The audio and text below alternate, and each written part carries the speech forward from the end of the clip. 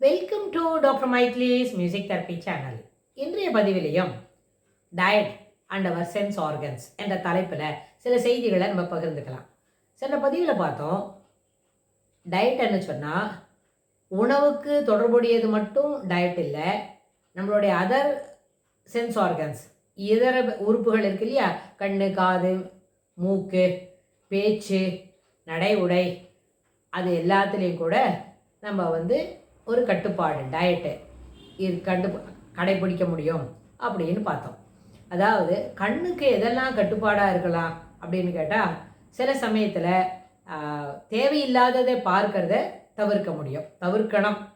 எந்த நேரத்தில் படிக்கிறோம், பாடங்களை படிக்கிறதற்கு தயாராக இருக்கிறோம், என்ன 4 விதமான பாடங்களை படிக்கணும் அப்படின்னு புக்ஸ் எடுத்து வச்சுனுட்டா, அப்போ என்ன பண்ணக்கூடாது, நம்ம டிவி பார்த்துட்டு என்ஜாய் பண்ணுறேன் அதுக்கப்புறமா படிக்கிறேன் அப்படின்னு சொல்லக்கூடாது. ஏன்னா பாடம் படிக்கிற நேரத்தில் கவனம் சிதறுதல் என்பது ஏற்புடையது அன்று.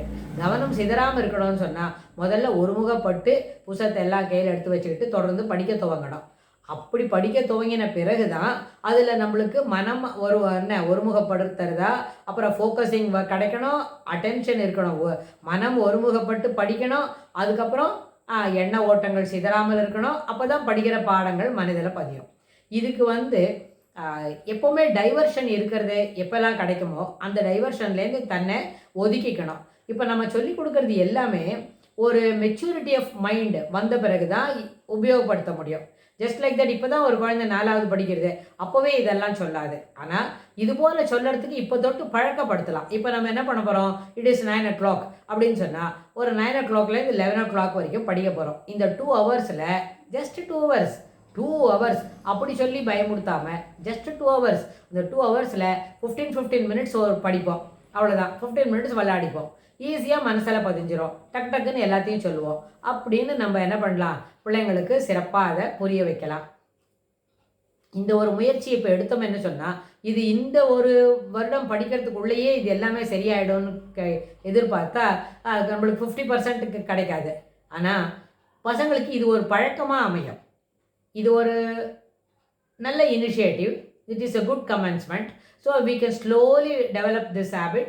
அண்ட் ஒரு 4ஆம் கிளாஸ் ஆரம்பிச்சுன்னு வைங்க, 4, 5, 6ஆம் வகுப்பு வரத்துக்குள்ள சிறப்பான பாடங்களை நம்மளால் சிறப்பாக படிச்சுக்க முடியும். பாடம் படிக்கிறது தேவைன்னு ஆகிடும். அதனால் ஒரு நேரமும் இது போல் நல்ல பழக்க வழக்கங்கள் சொல்லும் பொழுது வேடிக்கை பார்க்காத படிக்கணும். அதுக்கப்புறம் அதெல்லாம் பிள்ளைங்களுக்கு இன்னொன்று கூட சொல்லித்தரலாம். எல்லாமே நெகட்டிவில் சொல்லித்தரோம். டயட்டுன்னு சொல்கிறோம் இல்லை, டயட்டுன்னா என்ன, சுவைக்குன்னு வரும்பொழுது 6 சுவையான உணவு, அந்த 6 சுவையான உணவில் எதெல்லாம் அதிகப்படுத்திக்கணும், எது மிகைப்படுத்தக்கூடாது, எது ஏற்புடையதாக இருக்கணும் அப்படின்னு நம்ம பார்க்குறோம்.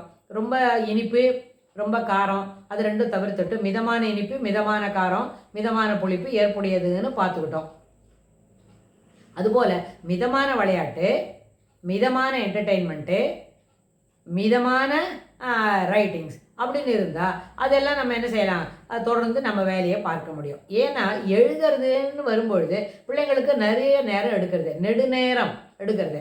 ஒரு 20 நிமிஷத்தில் செய்ய வேண்டிய வேலையை பிள்ளைங்க எழுத சொன்னால் அவங்க 40 நிமிஷம், சிலப்போ 1 hour கூட எடுத்துக்கிறாங்க. 1/3 போய் 2/3 டைமிங்ஸும் எழுதுறதுலேயே போயிடுறது. ஏன்னா ரொம்ப ஸ்லோவாக எழுதுகிறாங்க. என்ன காரணம் அதுக்கு, மனம் ஒருமுகப்படவில்லை. மனம் ஒருமுகப்பட்டு பாடத்தில் கவனத்தை செலுத்தி எழுதினா நிச்சயமாக அது 20 நிமிஷங்கள் போகும்.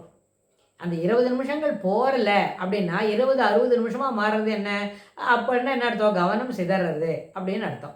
ஸோ அந்த கவனம் சிதறாமல் இருப்பதற்கு பழக்கப்படுத்திக்கணும். அது கூட டயட்டில் சேர்த்திக்கதான் வித் ரிகார்ட் டு ரீடிங் அப்படின்னு.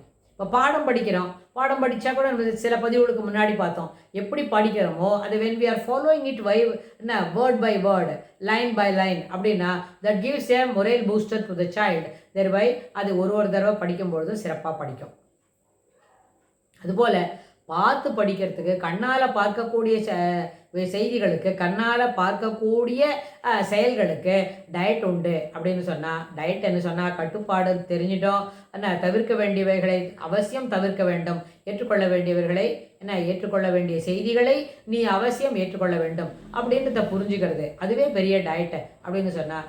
அதுபோல் சிறப்பான செயல்கள், தேவையான செய்திகள், அதை மட்டுமே ஏற்றுக்கொண்டால் பார்த்து படிக்கிறதுக்கு கண்ணுக்கு கிடைக்கக்கூடிய செய்திகள் அதுவும் சிறப்பான டயட்டில் அமையும். அதே போல் டயட்னு சொன்னால் காதில் கேட்டு இன்புறது, கேட்டு மகிழறது அப்படின்னு சொன்னால், கேட்டு மகிழக்கூடிய செய்திகளிலும் எது தேவையோ அதை மட்டுமே கேட்டு மகிழ்ந்தால் தேவையில்லாத செய்திகளை கேட்டு அதன் மூலமாக நம்மளுடைய எண்ண ஓட்டங்களை அது பின்னாடியே அனுப்பிட்டா thereby we leave our regular life தினம் பார்க்க வேண்டியது அத்தியாவசியமாக ஃபோக்கஸ் பண்ண வேண்டியதுலேருந்து we are just slipping away from the requirement அப்படி ஆகிடும். அதனால் கண்ணுக்கு டயட் இருக்கிற மாதிரி காதுக்கும் டயட் இருக்கணும். காதுக்கு டயட்னு என்ன சொன்னால், தேவையில்லாத செய்திகளை கேட்டு மகிழ்வதை தவிர்க்க வேண்டும். கேட்கலாம், அதுவே மகிழ்ச்சியை தருமான்னு என்று கேட்டால் அது ஒரு பெரிய கொஸ்டின் மார்க் தான். மனம் எப்பொழுதும் அலைபாய்ந்து கொண்டே இருக்கும், போய்கொண்டே இருக்கும். அப்படின்னு சொன்னால் போய்கொண்டே இருக்கிற மனதை ஒரு இடத்துல நிற்க வச்சாதான் பாடுற பாடங்கள் என்ன பண்ணும், பாடுற பாட்டு இல்லை படிக்கிற பாடங்கள் ரெண்டுமே மனசில் நிற்கும். ஸோ இந்த கான்செப்டை மனசில் வாங்கிட்டா கண்ணால் பார்க்கக்கூடிய செயல்களுக்கும் செய்திகளுக்கும் எப்படி ஒரு கட்டுப்பாடும் ரெஸ்ட்ரிக்ஷன் உண்டோ அதுபோல் காதால் கேட்டு மகிழ்ந்து இன்புறக்கூடிய செய்திகளாக இருந்தாலும், காதால் கேட்பதையே தவிர்க்க வேண்டிய செய்திகளாக இருந்தாலும் அதற்கும் ஒரு கட்டுப்பாடு ரெஸ்ட்ரிக்ஷன் உண்டு. அந்த கட்டுப்பாடு நம்மை சிறப்புப்படுத்தும். அத்தகைய கட்டுப்பாட்டுக்கு தன்னை நாம் என்ன பண்ணிக்கணும், உட்படுத்தி கொள்ள வேண்டும்.